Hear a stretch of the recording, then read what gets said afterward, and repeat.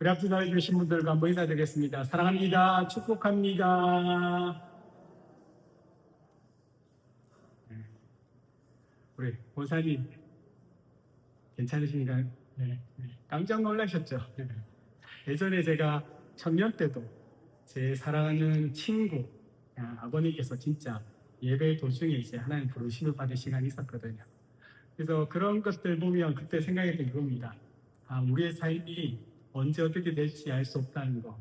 그리고 제가 지방에 사역하고 있을 때 할머니께서 굉장히 유독하다는 얘기를 토요일 밤늦게 전하고 왔었는데도 그냥 이제 주일 사역 다 마치고 이제 오후에 할머니 소천했다는 이야기를 듣고 저녁 7시 사역을 끝난 후에 담임 목사님께 말씀드리고 이렇게 장례로 올라갔던 적도 있습니다. 이것들이 가능한 이유는 다름이 아닙니다. 우리가 부활을 믿고 또 부활의 신앙을 가지고 있기 때문입니다. 이 땅의 삶이 끝이 아니고 영혼을 살아가고 다시 만날 것들에 대한 분명한 소망이기 때문에 잠시 잠깐의 아픔의 이별이 있을지라도 영원함이 아니라는 것을 알기 때문에 그 아픔과 슬픔을 잠시 잠깐 감내할 수 있는 거거든요. 그래서 사랑하는 여러분들이 이 세상을 살아갈 때 제가 개인적으로 생각할 때 성도들이 가장 가져야 될 큰 믿음은 부활의 신앙인 것 같습니다. 세상이 지금 일어나고 있는 수많은 일들과 사건 가운데서도 언제 나에게 또 우리 가정에 우리 사랑하는 사람들이 일어날지 모를 때 우리가 굳건하게 붙잡아야 될 것은 부활이거든요. 그래서 부활의 신앙으로 또 믿음으로 나가시길 예수님의 이름으로 축복드립니다. 아멘. 지난주 감옥에 갇힌 바울과 실라에 대하여 우리가 이야기를 나눴습니다. 바울과 실라는 하나님의 말씀에 순종해서 마게도냐로 왔습니다. 그런데 순종해서 왔는데 그들에게 어떤 일이 있습니까? 환영이 아니죠. 채찍이고 감옥이고 착고에 차였습니다. 그럼에도 한밤중에 그들은 하나님께 기도하고 찬송했습니다. 기도했던 이유는 왜 하나님께서 이러한 상황을 우리를 이곳에 보내셨는가에 대한 물음이겠죠. 그러다가 기도 가운데 찬송으로 그럼에도 불구하고 하나님은 신실하신 분인 것을 알고 그들이 찬송했습니다. 그런데 아직 그들은 옥문에 갇혀있고 발에 착고도 채워져 있습니다. 상황은 아무것도 달라짐이 없지만 하나님에 대한 찬송, 믿음을 더욱 굳건하게 가졌습니다. 그래서 지난주에 제가 말씀드릴 때 25절까지 읽었지만 오늘 26절을 사도 바울과 실라는 몰랐다는 겁니다. 그러나 하나님은 다 알고 계십니다. 바울과 실라는 나의 답답함과 억울함을 가지고 하나님 앞에 기도했고 그 기도가 나중에 변하여 그래도 하나님은 신실하신 분인 것을 믿고 찬송했지만 그들은 오늘 우리가 읽었던 26절을 몰랐던 겁니다. 조금 있으면 큰 지진이 일어날 것도 몰랐고 옥문이 열릴 것도 간수가 예수님을 믿게 될 것도 전혀 몰랐습니다. 그들은 다음 절을 모르는 상태에서 하나님께 기도하고 하나님의 신실하심을 믿었던 겁니다. 오늘 말씀이 그 다음에서 시작됩니다. 우리 26절 다시 한번 읽겠습니다. 이에 갑자기 큰 지진이 나서 옥토가 움직이고 문이 곧 다 열리며 모든 사람이 메인 것이 다 벗어진지라. 아멘. 놀라운 일이지 않습니까? 지금도 세계 곳곳에서 지진으로 많은 인명 피해가, 재산 피해가 있습니다. 최근 이 30일, 한 달 사이에도 인도네시아에서도 7.7, 그리고 콜롬비아에서도 7.4, 우리 옆에 있는 일본 구마모토에서도 6.8의 큰 지진이 있었거든요. 한 달 사이에 큰 지진이 전 세계적으로 몇 번 있었습니다. 이 지진 자체는 자연 현상이지 않습니까? 마게도냐, 이 빌립보 지역에도 지진이 자주 있었습니다. 그런데 오늘 이 성경이 우리에게 묻는 것은 지진이 지질학적인 그 원인으로 일어난 것이 아니라는 겁니다. 왜 하필 그 밤에 그 감옥에 바울과 실라가 기도하고 찬송하고 있던 바로 그때 그곳에서 이 지진이 났느냐 봅니다. 바울과 실라가 깊은 감옥에서 기도하고 찬송하는 그 순간에 지진이 발생한 것인데 이 큰 지진이 일어났지만 이 감옥은 무너지지 않았고 오히려 옥문이 열리고 죄수들을 묶고 있던 것들만 들렸다라고 성경이 기록합니다. 지난주에도 말씀드렸듯이 바울과 실라는 옥문을 열기 위해 찬송한 것이 아닙니다. 옥문이 열리기 전에 그들은 아무것도 알지 못하는 순간에 찬송했습니다. 찬송은 하나님을 움직여 내가 원하는 어떤 일들을 이뤄내는 방법이 아닌 겁니다. 아무것도 달라지지 않는 그 감옥에서도 하나님이 여전히 하나님이심을 알기 때문에 하나님을 찬송합니다. 그런데 오늘 본문을 자세히 보면 또 다른 한 가지 놀라운 사실이 있습니다. 옥문이 열렸는데 그러면 어떻게 하겠습니까? 착고가 다 풀리고 옥문이 열리면 하나님께서 내보고 나가라고 하는 줄 알고 그렇게 나가지 않겠습니까? 사도행전에 베드로 또한 그렇게 감옥에 있었을 때 옥문이 열리고 천사가 인도할 때 나갔거든요. 근데 오늘 바울과 신라는 나가지 않습니다. 그래서 이 지진이 바울과 신라를 감옥 밖으로 꺼내기 위한 사건이 아니라는 것을 우리는 생각해야 합니다. 옥문이 열리자 그런데 한 사람이 오히려 무너집니다. 우리 27절 함께 읽겠습니다. 간수가 자다가 깨어 옥문들이 열린 것을 보고 제수들이 도망한 줄 생각하고 칼을 빼어 자결하거늘. 감옥 안에 있던 사람은 누굽니까? 바울과 신라거든요. 그런데 이 27절까지 보면 누가 정말 갇혀 있는가라는 물음에 간수라고 우리가 생각할 수 있습니다. 왜요? 바울과 신라는 보기에는 감옥에 있고 발에 착고가 있지만 간수는 그 마음에 더 무섭고 무거운 착고가 채워져 있습니다. 당시 간수에게 제수들이 탈옥한 사건은 단순하게 제수가 탈옥한 것이 아니라 자신의 목숨과 관련된 일입니다. 옥문이 열린 것을 보고 제수들이 모두 도망쳤다 생각한 순간 간수는요, 내 인생이 끝났다라고 판단합니다. 그래서 칼을 뽑고 자신의 목숨을 끊으려 했던 겁니다. 감옥에 갇힌 사람은 살려 하고 감옥 밖에 있던 사람이 지금 죽으려고 하는 이 어처구니없는 상황입니다. 발에 착고를 찬 사람은 그 감옥에서 하나님을 찬송하는데 지금까지 자유롭게 돌아다니던 사람은 이 지진으로 인해서 살 소망과 이유를 잃어버립니다. 그러면 성경이 우리에게 묻고 있는 겁니다. 그러면 누가 정말 자유로운 사람입니까? 우리들은 자유를 어떤 환경이라고 생각합니다. 돈이 있고 내가 건강하고 그래서 내가 원하는 일들을 하고 내 계획대로 살아가면 우리는 자유롭다고 생각하는데 성경은 우리에게 지금 묻고 있습니다. 정말 그것이 자유입니까? 바울의 몸은 묶여있지만 그의 영혼은 지금 자유롭게 하나님을 향하여 찬송합니다.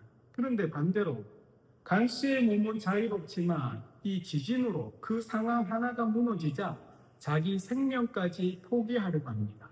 그러나 그때 바울이 이렇게 소리칩니다. 우리 28절 함께 읽겠습니다.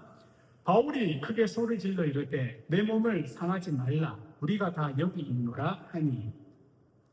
이 말씀은 사실 복음이죠. 복음이고 또 복음을 가진 자들이 가져야 될 마음이라고 생각합니다.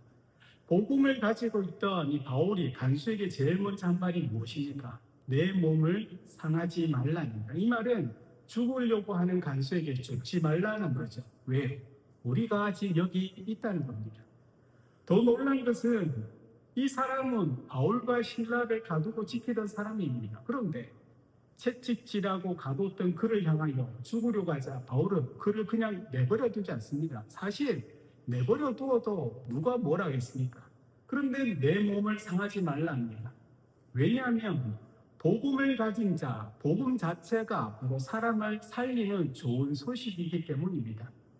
우리는 때때로 복음을 통하여 그 사람이 이제 죄인이라는 것을 지적하고 죄인이라는 것을 가르쳐 주고자 합니다. 물론 복음이신 예수 그리스도 앞에 서게 되면 죄인은 자신의 죄가 드러났고 그것을 봅니다. 그러나 죄를 드러내는 때에 목적이 있는 것이 아니죠. 죄를 드러내어서 네가 죄인이라는 것을 지적하는 것이 아니라 그래서 그를 살리고자 하는 것이 사실 복음의 목적입니다. 하나님께서 우리에게 회개하라고 말씀도 마찬가지입니다. 회개하는 말은 우리가 죄를 지었든지 잘못하고 있다는 것에 대한 이야기입니다. 그래서 하나님께서 회개하라고 말씀하시는 것은 왜 네가 이렇게 살고 있느냐라고 몰아붙이는 것이 아니라 그 길로 계속 가면 안 된다. 돌아서서 그 길 끝에는 죽음이 있으니까 내가 너에게 열어놓은 그 길에서 돌아서 생명의 길을 돌아오라는 말씀인 겁니다. 그래서 회개라는 이 말은요, 심판인 말인 동시에 사실 복음으로의 초청이기도 합니다. 29절을 보면 이 바울의 말에 간수가 등불을 들고 뛰어갑니다. 무서워 떨면서 바울과 신라 앞에 엎드립니다. 그리고 그의 물음이 이것입니다. 우리 30절 함께 읽겠습니다. 그들을 데리고 나가 이르되 선생들이여 내가 어떻게 하여야 구원을 받으리까 하거늘. 조금 전까지는 어떻습니까? 이 간수가 손에 칼을 들고 자신의 목숨을 끊으렸습니다. 그런데 지금 바울이 여기 있다는 말을 듣고 그의 질문이 달라졌습니다. 내가 어떻게 하여야 구원을 받으리까? 죽으려고 했던 사람이 지금 살 길을 묻기 시작합니다. 오늘 본문을 보면요, 사실 회개라는 말은 없습니다. 그러나 간수가 어떻게 하여야 구원을 받으리까 하는 이 말에는요, 회개라는 의미가 들어가 있습니다. 우리가 회개라고 이야기하면 죄를 깨우치고 죄를 뉘우치고 그래서 흘리는 눈물과 이런 것들을 생각합니다. 잘못했다고 가슴을 치는 것, 물론 회개입니다. 진정한 회개는 눈물도 있을 수 있습니다. 그러나 성도들이 흔히 많이 오해하는 부분이 회개와 후회입니다. 후회는 그런 거죠. 내가 왜 그랬을까? 과거의 어떤 일들에 대하여 지금 일어난 결과를 바라보면서 아파하는 거죠. 그러나 회개는요, 후회가 아니죠. 삶의 방향을 바꾸는 겁니다. 나에게로 왔던 모든 관심을 돌려 하나님께로 돌아서는 것입니다. 지금 간수가 바로 그렇게 하고 있습니다. 조금 전까지는 그는요, 자기 문제를 가지고 자기 방식으로 자신의 삶을 끝내려 했습니다. 이것은 자기 인생을 자기가 결정하고 내 인생은 내가 주인이라는 말입니다. 그런데 지금 칼을 내려놓고 묻고 있습니다. 내가 어떻게 하여야 구원을 받으리까? 이 말에 저는 한 가지를 깨닫게 됩니다. 무엇이냐면 나는 나를 구원할 수 없다는 사실입니다. 사실 회개는 여기에서 출발합니다. 내가 나를 구원할 수 없다는 것을 인정하는 그 순간에 우리는 하나님을 보게 됩니다. 그런데 대부분의 사람들은 이것을 잘 인정하기를 힘들어합니다. 할 수 있으면 내 힘으로 자신의 문제를 해결하고 문제, 자녀의 문제라든지 가정의 문제, 건강의 문제, 어쩌면 교회의 문제도 어떻게든 내 힘으로 내 방법으로 해결하고 합니다. 그런데 어느 순간 내가 붙들고 있고 내가 의지하던 것들이 내가 온전히 서지 못하는 것을 깨닫게 될 때 우리 또한요, 오늘 이 간수에게 그런 밤, 모든 것들을 포기하고 싶게 했던 그런 밤이 우리에게도 찾아오게 됩니다. 사도행전은 이와 비슷한 간수의 질문이 한 번 더 나옵니다. 오순절에 베드로가 예수 그리스도의 십자가와 부활을 전하자 사람들이 그 마음에 찔려 묻게 됩니다. 우리 사도행전 2장 37절 함께 읽겠습니다. 그들이 이 말을 듣고 마음에 찔려 베드로와 다른 사도들에게 물어 이르되 형제들아 우리가 어찌할꼬 하거늘. 복음을 들은 이 유대인들이 이 사도에게 묻습니다. 우리가 어찌할꼬. 그때 베드로가 이렇게 대답합니다. 38절 함께 읽겠습니다. 너희가 회개하여 각각 예수 그리스도의 이름으로 세례를 받고, 회개하여라고 하죠. 그런데 오늘 간수에게 바울은 이렇게 대답합니다. 우리 31절 읽겠습니다. 이르되 주 예수를 믿어라. 그리하면 너와 네 집이 구원을 받으리라. 베드로는 어떻게 합니까? 어찌할꼬 할 때 베드로는 회개하라고 말했고 바울은 내가 어떻게 하여야 구원을 얻느냐고 그럴 때 믿으라고 합니다. 두 사도의 말이 달라 보이지만 사실 다른 이야기가 아닙니다. 회개는 내가 가던 길을 돌이켜서 하나님을 향하는 것이고 믿음 어떻습니까? 돌아서서 이제는 예수 그리스도를 붙잡는 것이 믿음입니다. 예수 없이 살아가던 그 인생길에서 돌아서는 것이 회개라면 이제는 내가 세상과 나의 능력과 내 생각이 아닌 예수를 붙잡는 것이 바로 믿음입니다. 그래서 바울은 그냥 예수를 믿으라고 하지 않고 주 예수를 믿으라라고 이야기합니다. 여기서 중요한 것이 바로 주라는 말입니다. 간수에게 지금까지 자신의 삶을 지배하는 것들이 있습니다. 이 로마 시대는 로마법에 따르는 간수니까 로마의 법이 그의 삶을 지배하고 또 상관들의 명령이 있고 자기가 간수라는 직업이 있습니다. 그리고 무엇보다 자기 인생의 책임은 자기라는 그 마음이 있었습니다. 그런데 그 모든 것들이 이 한순간에 무너지자 자기 생명까지 자기 손으로 끝내려고 했던 겁니다. 그런 사람에게 바울은 주 예수를 믿어라 라고 이야기합니다. 이 말의 의미는 무엇이겠습니까? 지금까지 너희가 너의 인생의 주인 되었던 것들을 다 내려놓고 너를 구원하신 예수 그리스도를 믿으라는 말입니다. 그래서 회개라고 하는 이 말이 단순히 우리의 잘못된 행동 몇 가지를 고치는 것이 아니라 우리 인생의 주인을 완전히 바꾸는 일입니다. 내가 내 삶의 주인 되는 그 모든 삶의 자리에서 돌아서서 예수님을 나의 주인으로 받아들이는 것입니다. 그렇게 우리가 지금 이 자리에 있지 않습니까? 우리는 분명히 회개함으로 예수를 믿음으로 하나님의 자녀가 되어서 하나님의 몸된 교회의 형제 자매 믿음의 공동체로 지금 예배를 드립니다. 그런데 여전히 우리 안에는 내 삶의 주인이 내가 되어 있는 자들이 여전히 있지 않냐는 겁니다. 그래서 믿는 우리에게도 필요한 것이 무엇입니까? 회개입니다. 회개를 통하여 내 삶의 주도권을 다시 한번 주님께로 맡겨드리는 모습이 필요한 겁니다.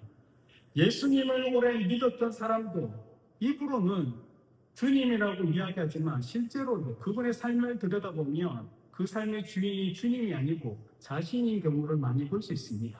내가 생각한 대로, 내 방법대로, 내가 계획한 대로 되어야 합니다. 자녀의 삶 또한 내가 원하는 모습으로 되어야 한다는 거죠. 내가 기도했기 때문에 하나님께서 내게 우리의 삶의 가정에 이렇게 응답해 주셔야 한다고 생각합니다. 제가 몇 번씩 말씀드렸지만 제가 우리 교회를 섬기면서 저도 그랬습니다. 저는 단순히 열심히만 하면 교회가 잘 될 줄 알았습니다. 열심히 목회하며 사람이 늘고 열매가 있고 또 부흥할 줄 알았습니다. 그래서 없는 지혜를 짜내며 묻고 살겠습니다. 그런데 기대했던 만큼의 열매가 보이지 않을 때 저 또한 이 간수처럼 마음에 낙심이 왔던 겁니다. 처음에는 사람이 없어 힘든 줄 알았습니다. 우리 교회가 농촌 지역에 있는 교회이기 때문에 젊은 세대가 없기 때문에 그런 줄 알았습니다. 그런데 말씀 앞에 끊임없이 하나님 앞에 묻고 질문하게 될 때 정말 열매가 없기 때문인가? 아니면 내가 원하는 열매가 없는 것은 아닌가? 하나님의 교회도 그리스도께서 주인이라고 말은 하면서도 정말 내가 원하는 우리 교회의 모습이 아니어서 힘든 것은 아닐까? 저도 분명 회개해야 되는 겁니다. 그래서 제가 늘 기도할 때 하나님 앞에 저의 입술과 제 삶의 모습을 통하여 하나님 앞에 죄된 것들이 있다면 예수님의 이름으로 용서해 달라고 늘 기도하고 있는 겁니다. 이 이야기들이 뭡니까? 하나님의 교회고 하나님의 종이라고 말은 하지만 실제적으로 제 인생뿐만 아니고 제가 섬기는 이 자리 또한 제 생각으로 이렇게 섬기를 했던 겁니다. 주님이 머리 되신, 주님이 주인 되신 이 교회를 제가 책임지려고 금방스럽게 생각했던 겁니다. 이 모든 것들을 다시금 주님께 맡겨드리고 하나님의 뜻하심이 무엇인지 지금은 내가 이해가 되지 않지만 기도하고 또 그럼에도 하나님은 신실하심을 믿기 때문에 찬송으로 나가는 겁니다. 회개는 예수를 처음 믿을 때 하고 마는 것이 아니라 우리의 인생 끝까지 우리의 주도권을 하나님께 맡겨드리는 삶의 모습이 바로 회개입니다. 그래서 신앙생활은요, 여러분의 삶의 모든 신앙생활은 끊임없이 내가 내 삶의 주인이 되는 자리에서 내려와서 이 모든 자리를 예수님께 맡겨드리는 싸움입니다. 이게 영적 전쟁인 거죠.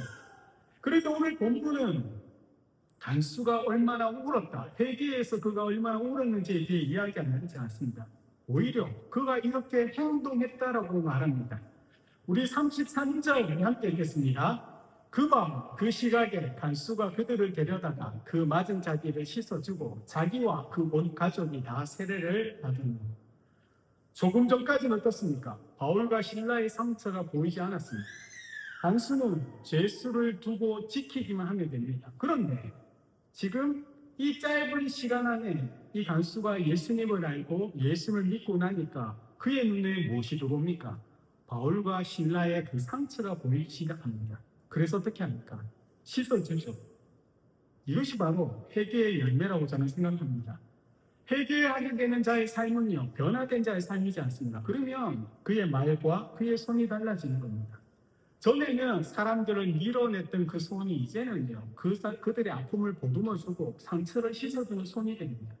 전에는 내 것, 나만, 우리 가족만, 우리 것만 이렇게 또 움켜졌던 손이에요. 어느 순간 넘쳐서 털려보는 것이 아니고요, 하나님께 감사하기 때문에 나보다 더 어려워하는 자들 위하여 내 것을 내어놓는 손이 됩니다. 이 복음서에 보면 그 대표적인 인물이 삭개오지 않겠습니까? 삭개오가 예수님을 만난 후에 그가 뭐라고 고백합니까? 누가복음 19장 8절입니다. 우리 함께 읽겠습니다. 내 소유의 삭개오가 서서 주께 여짜오되 주여 보시옵소서 내 소유의 절반을 가난한 자들에게 주겠사오며 만일 누구의 것을 속여 빼앗은 일이 있으면 내 갑절이나 갚겠나이다. 아멘. 삭개오가 돈 이야기하는 것은 돈으로 구원받기 위해서가 아닙니다. 바로 그 인생의 주인이 바뀌었기 때문에 삶이 달라진 겁니다.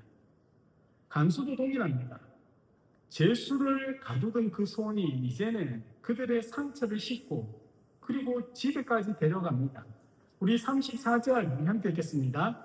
그들을 데리고 자기 집에 올라가서 음식을 차려주고 그와 온 집안이 하나님을 믿음으로 크게 기뻐하니라. 아멘. 불과 몇 시간 전에는 어땠습니까? 죽으려고 했던 사람이 이제는 누군가를 향하여 밥상을 차립니다. 칼을 떼어서 정말 자신의 목숨을 끊으려고 했던 사람이 상처를 씻고 음식을 차려줍니다. 절망했던 사람이 지금 어떻습니까? 기뻐한다고 합니다. 그런데 간수의 그 인생을 우리가 다 알 수는 없지만 보면 그 삶에 해결된 것은 무엇입니까? 아무것도 없습니다. 그렇지 않습니까? 내일 이 간수에게 무슨 일이 일어날지 우리는 모릅니다. 간수의 인생에 변화된 것은 아무것도 없습니다. 그러나 분명히 달라진 겁니다. 그것을 성경은 바로 그의 인생의 주인이 달라졌다라고 우리에게 가르칩니다. 주인이 달라지니까 어떻게 됩니까? 그 삶의 방향도 달라집니다. 31절에 노아의 집이 구원을 받게 한 이 말씀도 가족이 자동으로 구원받는다는 뜻이 아닙니다. 32절에 보면 바울과 실라는 그 집에 있는 모든 사람에게 주의 말씀을 전합니다.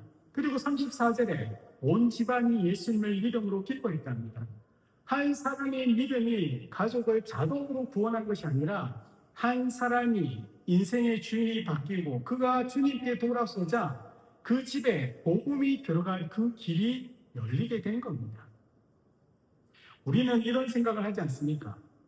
우리 가정이나 우리 자녀들이나 우리 삶이 어떻게 될까?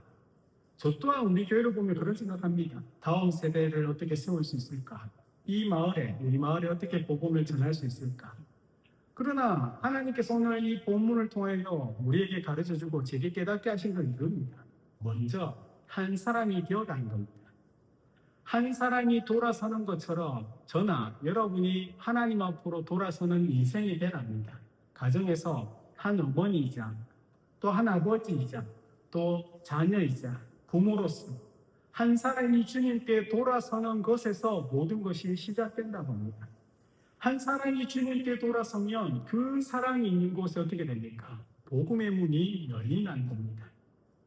다시 처음에 지진으로 돌아가 보면 26절에서 큰 지진이 일어납니다. 우리는 처음에는 어떻게 보면 바울과 신라를 구하기 위한 지진이라고 생각할 수 있습니다. 그런데 옥문이 열렸는데도 이들이 나가지 않은 겁니다. 27절을 보면 아주 중요한 말이 하나 있습니다. 간수가 자다가 깨어.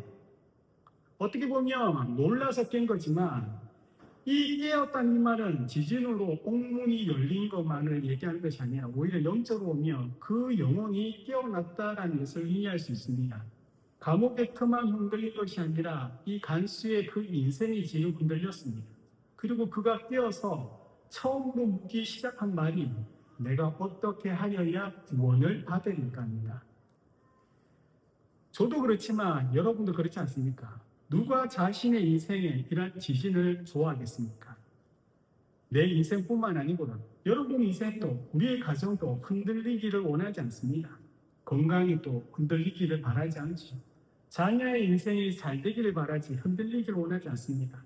모든 성도가 교회가 평안하기를 바라지 흔들리기를 원하지 않습니다. 그런데 중요한 것은 우리가 흔들리기를 원하지 않는다고 해서 우리의 인생과 우리의 가정이 우리의 공동체가 흔들리지 않는 게 아니라는 겁니다. 모든 인생에 문제는 있고요. 모든 가정에는 어려움이 있습니다. 모든 성도에게는 기도 제목이 있습니다. 그 어려운 시간들, 광야라고 이야기하는 것, 고난이라는 것을 통하여 하나님은 우리에게 가르치는 것은 깨어 있으라는 말씀인 겁니다. 지금 나는 무엇을 의지하고 살아가고 있는가? 지금 내가 붙들고 있는 것은 무엇인가? 정말 내 삶의 주인은 누구인가? 이것을 깨달아 다시 한번 우리의 삶의 방향을 주님께로, 우리의 주인을 주님의 자리로 돌려몰아가는 것입니다. 오늘 간수의 밤은요, 우리가 읽었던 26절에 보면 칼로 시작하지 않습니까? 그런데 이 마지막은 칼이 아닙니다. 상처를 씻는 손이 있고, 밥상이 있고, 말씀이 있고, 세례가 있고, 기쁨이 있습니다. 이것을 무엇이라고 합니까? 복음이지 않습니까? 복음은 우리를 죽지 않게 하는 데서 끝나지 않습니다.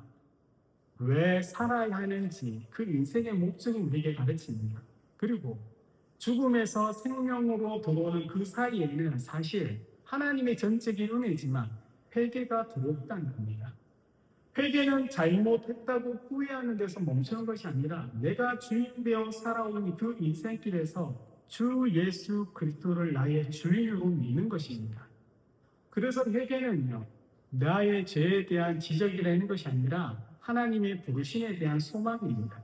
내가 어디를 향하여 가야 되고 내가 어디를 돌아가야 되는지를 분명히 가르쳐주는 겁니다. 우리도 회개함으로 주님께로 돌아가야 합니다. 여러분의 삶의 인생에 여전히 자신이 주인 노릇하고 있는 자리가 있다면 회개를 통하여 주님께 그 자리를 내어놓아야 되고, 내가 서 있는 그 자리가 있다면 주님께 그 자리를 맡겨드려야 합니다. 그 손을 주님께 드리고 그 손으로 누군가의 상처를 씻어주고 그 마음으로 한 사람을 품게 되면 우리 가정에 말씀이 들리게 되고 하나님께서 맡겨주신 사명자로서 우리는 이 땅에 살아갈 수가 있게 됩니다. 사도행전 16장 34절은 긴 16장의 이야기 전체가 이렇게 마무리됩니다. 우리 함께 읽겠습니다.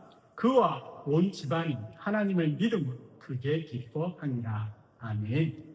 사랑하는 여러분의 삶과 여러분의 가정에 하나님이 주시는 큰 기쁨이 있기를 주의 이름으로 축원합니다.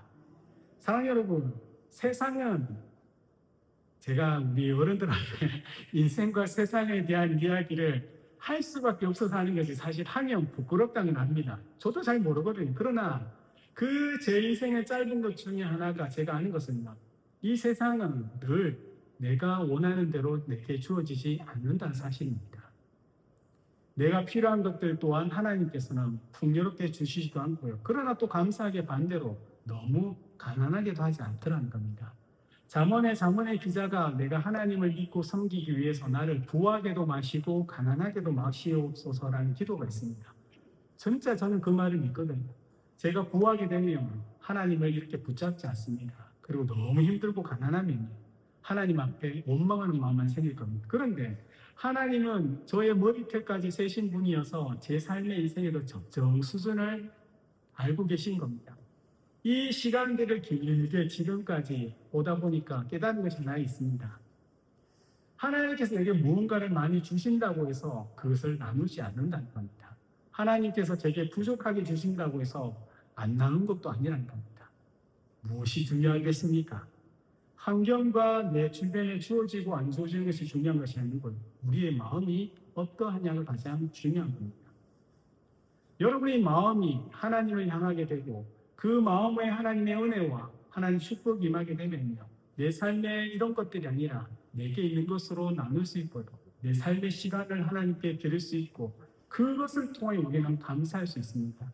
비록 이 땅에 우리의 삶이 누군가에게 인정받지 못하고 사람들에게 칭찬받지 못할 수 있지만 하나님은 여러분 한 사람의 헌신과 충성과 섬김을 다 기억하고 있다는 것을 꼭 잊지 마시기 바랍니다. 한 사람입니다. 그 한 사람의 마음에 오늘 성경은 우리의 나이나 남녀노소라든지 환경이라든지 건강이라든지 이런 걸 전혀 얘기하지 않습니다. 중요한 것은 지금이라도 내가 마음을 하나님 앞에 돌려드리고 주신 마음으로 살아가겠나라고 결단하며 행동하느냐입니다. 죽으려고 했던 이 사람이 기뻐함이 사람이 된다는 것, 죽음을 향하여 사람이 생명으로 돌아서는 것, 거기에 대해서 이 간수의 나이나 그가 어떤 것들을 가지고 있는 겁니다. 그 당시에 일반적인 상황에서 누가는 우리에게 가르쳐주고 있습니다.